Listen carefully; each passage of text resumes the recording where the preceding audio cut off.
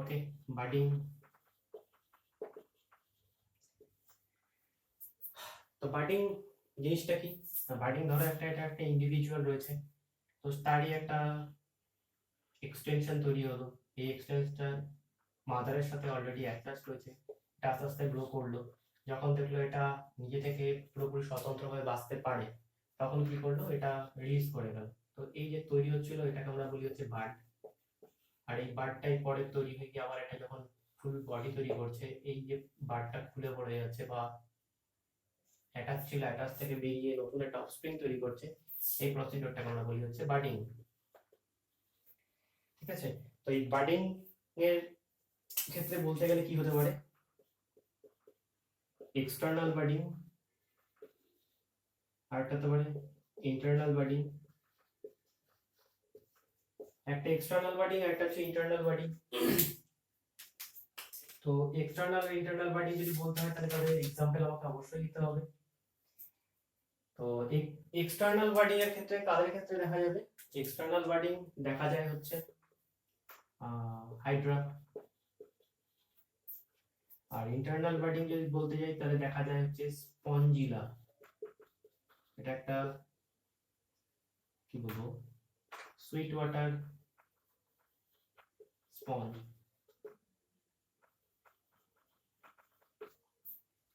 আচ্ছা, তো এই বার্ডিং নরমালি কাদের ক্ষেত্রে দেখা গেল? আচ্ছা, এই বার্ডিং এর নরমাল একটা এক্সাম্পল যদি আমি নিই, তাহলে এক্সাম্পল নিতে পারি হচ্ছে ইস্ট। ঠিক আছে, ইস্টের ক্ষেত্রে এরকম বার্ডিং দেখা যায়। তো ইস্টের ক্ষেত্রে এই বার্ডিং দেখা যায়, এই ইস্টের ক্ষেত্রে স্পেসিফিক্যালি।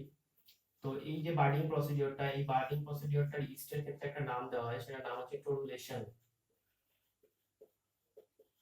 কারণ এই যে বার্ডিং, এটা দেখতে আর একটা টরুলার মতো দেখতে হয়, টরুলা হিস্টোলাইটিকা, আই থিংক সো। টরুলা হিস্টোলাইটিকার নাম অনুযায়ী এটা হচ্ছে টোরুলেশন নামটা এসছে। ওকে, টরুলা হিস্টোলাইটিকা মতো দেখতে হয় বলে নাম দেওয়া হয়েছে টোরুলেশন। ওকে, এবার হচ্ছে এক্সটার্নাল আর ইন্টারনাল, এই দুটো পার্টকে দেখা যায়। এক্সটার্নাল ইন্টারনাল বলতে আর আমরা কি জানি, হাইড্রা। হাইড্রার ক্ষেত্রে কি হয়, এদের এক্সটার্নাল বা এক্সোজেনাস বলতে পারো। এটা এক্সোজেনাস, এটা এন্ডোজেনাস। ওকে, তো হাইড্রার ক্ষেত্রে এক্সোজেনাস বলতে, যদি এটা একটা হাইড্রা হয়, এই হাইড্রা আস্তে আস্তে কি হয়, এখান থেকে নেক্সট স্টেজে গিয়ে এই হাইড্রা থেকে আস্তে আস্তে এটা ফুল ম্যাচিওর করলো, এটা খুলে আবার একটা নতুন হাইড্রা সৃষ্টি করছে। তো দেখো, এদের ক্ষেত্রে যে বার্ডিংটা হচ্ছে বডি আউটার সারফেস থেকে হচ্ছে, এই আউটার সারফেস থেকে হয় বলে এটাকে নাম দেওয়া হচ্ছে এক্সটার্নাল বা এক্সোজেনাস বার্ডিং। আর ইন্টারনাল বার্ডিং বা এন্ডোজেনাস বার্ডিং এর ক্ষেত্রে যদি বলি, তাহলে এন্ডোজেনাস বার্ডিং বা ইন্টারনাল বার্ডিং বললাম যে স্পঞ্জিলার ক্ষেত্রে দেখা যায়। তো সেক্ষেত্রে কি হয় না, ইন্টারনাল বার্ডিং এর ক্ষেত্রে বা ইন্টারনাল বার্ডিং, তো এটা একটা স্পঞ্জ। ঠিক আছে, তো স্পঞ্জের এই ভেতরে ছোট ছোট কি হচ্ছে, বার্ড তৈরি করছে।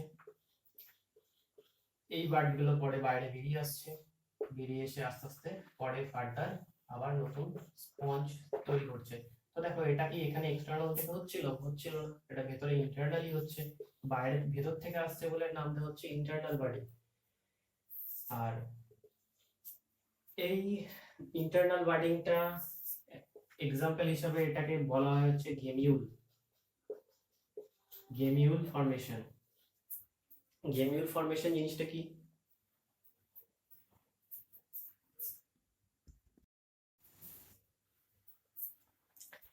ওকে, গেমিউল ফর্মেশন যেটা বলছিলাম, এটা ইন্টারনাল বার্ডিং এর একটা পার্ট।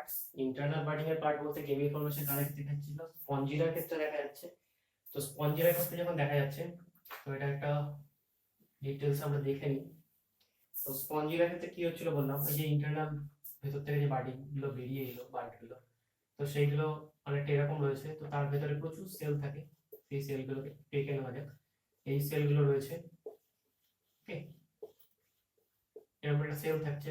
তো এর একটা, এই সেলগুলো বাইরে বেরোনোর জন্য একটা ছোট্ট পাইপ লাইক স্ট্রাকচার বা পোর বলতে পারো, এটা রয়েছে।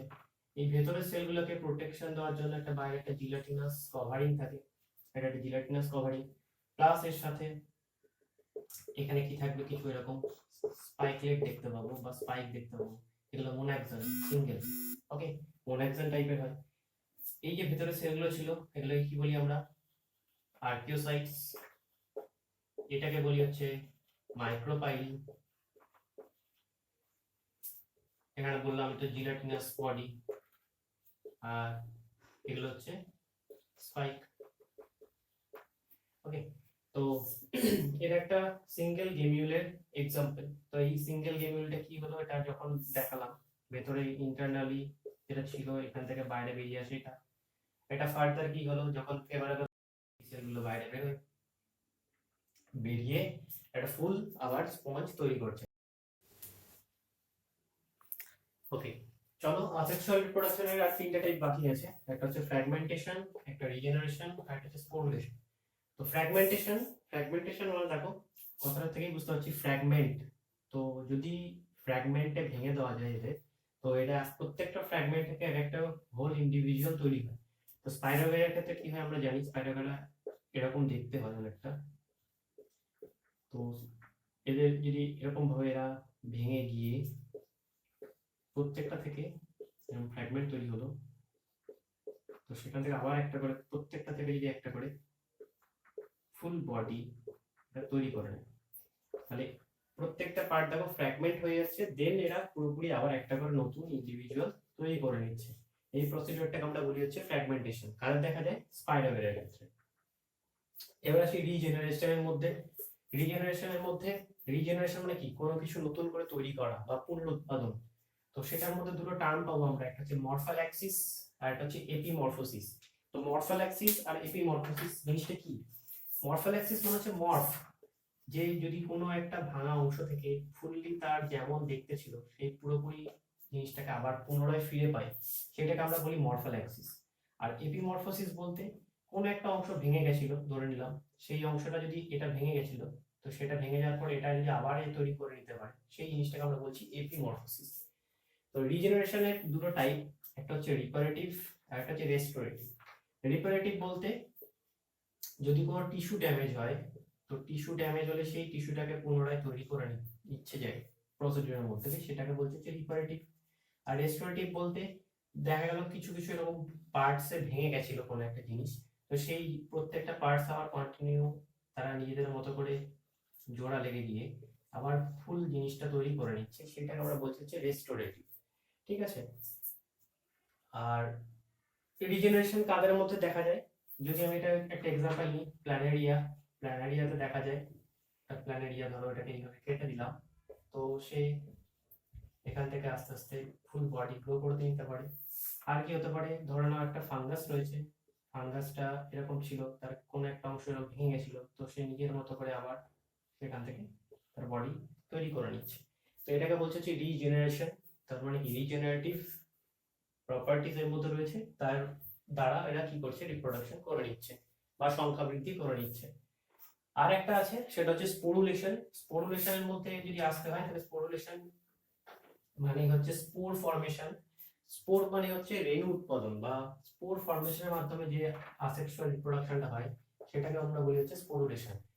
তো স্পোরুলেশনের মধ্যে দুটো টাইপ, একটা হচ্ছে জুস্পোর, একটা হচ্ছে অ্যাপ্লানোস্পোর।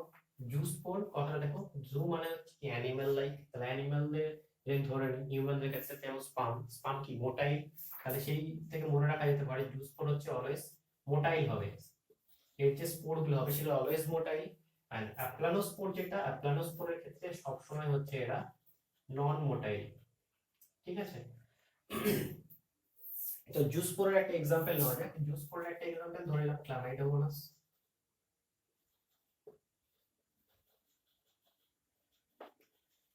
তো ক্লামাইডোমোনাসের ক্ষেত্রে কি হয়,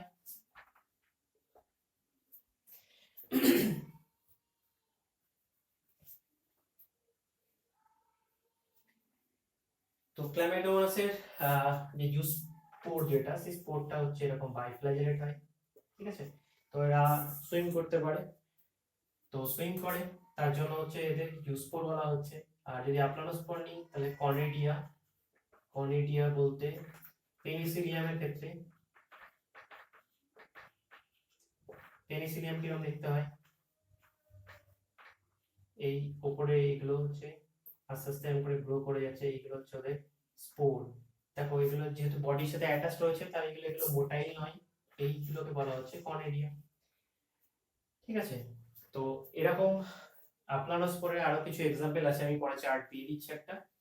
আর ক্লামাইডোমোনাসের ক্ষেত্রে যদি বলি তাহলে এরা হচ্ছে বাইফ্ল্যাজেলেট হচ্ছে, আর এরা হচ্ছে সুইম করতে পারে। এইবার যদি ক্লামাইডোমোনাস নন ফেভারেবল কন্ডিশনে চলে আসে তাহলে অনেক সময় কি হয়, এদের চারিপাশে একটা জিলাটিনাস এরকম ফর্ম করে নেয়, দিয়ে একটা স্টেজে চলে যাচ্ছে যেটাকে আমরা পামেলা স্টেজ বলি।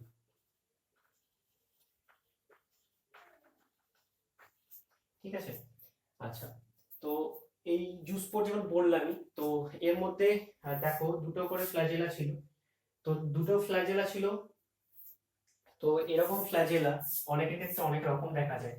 তাহলে এই ফ্ল্যাজেলা টাইপসটা একটু বলে দিই। এই ফ্ল্যাজেলা গুলো, এই একটা যদি ফ্ল্যাজেলা ধরলাম, দুটো ফ্ল্যাজেলা, একটা ফ্ল্যাজেলা দেখলাম এরকম হেয়ারি স্ট্রাকচার, আর একটা এরকম স্মুথ স্ট্রাকচার। যে স্মুথ স্ট্রাকচারের ফ্ল্যাজেলা গুলো রয়েছে তাকে হুইপ্লাস ফ্ল্যাজেলা বলে, আর এগুলোকে বলা হচ্ছে টিনসেল ফ্ল্যাজেলা। তাহলে কি, যে ফ্ল্যাজেলাটার মধ্যে হেয়ার লাইক স্ট্রাকচার রয়েছে সেটাকে আমরা বলছি হচ্ছে টিনসেল ফ্ল্যাজেলা, আর যেটা নরমাল একদম এক্সাম্পল, একটু আগে ভিডিওটা ব্রেক হয়ে গেছিল জন্য এক্সাম্পল এখানে দিলাম। হুইপ্লাস ফ্ল্যাজেলার এক্সাম্পল হচ্ছে Chlamydomonas, and tinsel flagellar example হচ্ছে ফাইটোপটেরা। এবার হচ্ছে যেটা বললাম আপনানোস্পোর বা যেটা ইমুভেবল স্পোর ছিল সেগুলোর কতগুলো এক্সাম্পল। কনেডিয়া যেটা বললাম পেনিসিলিয়াম বোঝালাম একটা আগে, ওইডিয়া দেখা যায় হচ্ছে অ্যাগারিকাসের ক্ষেত্রে, হিপনোস্পোর দেখা যায় ক্লামাইডোমোনাস, হোমোস্পোর দেখা যায় লাইকোপোডিয়াম, হেটেরোস্পোর সেলাচিনেলা, আর হর্মোস্পোর আর এন্ডোস্পোর হচ্ছে টার্মোকার্পা নামক একটা অ্যালগিতে দেখা যায়। আচ্ছা, তো হোমোস্পোর আর হেটেরোস্পোর যেটা, এটা একটু বেশি ইম্পর্টেন্ট।